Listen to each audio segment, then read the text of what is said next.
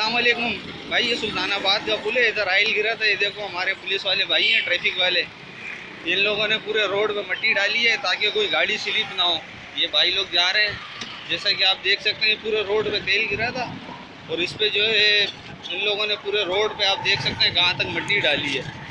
लोग पुलिस को बुरा कहती है लेकिन अच्छे काम दिखाती नहीं है पुलिस के।